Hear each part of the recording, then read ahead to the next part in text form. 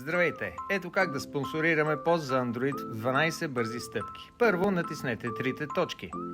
След това натиснете промотиране и следващата стъпка е да изберете цел на кампанията. Тук може да избирате от усилване на акаунта, получаване на продажби или получаване на потенциални клиенти. На следващата стъпка трябва да въведете URL адреса на вашия сайт.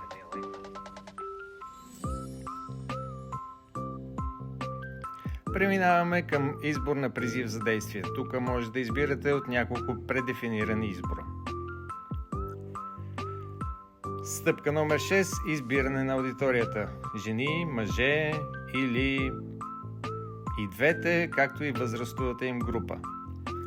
На следващата стъпка изберете подходящите интереси за вашата аудитория. Тук също може да избирате от няколко предефинирани избора.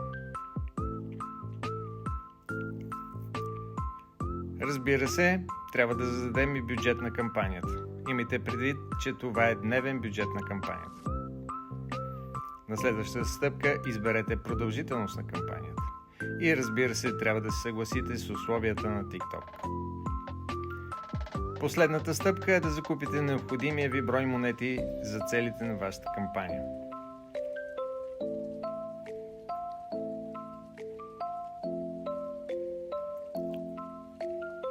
Това е! Готови сте! А ако ви се струва сложно или имате някакви въпроси, ние сме тук, за да ви помогнем.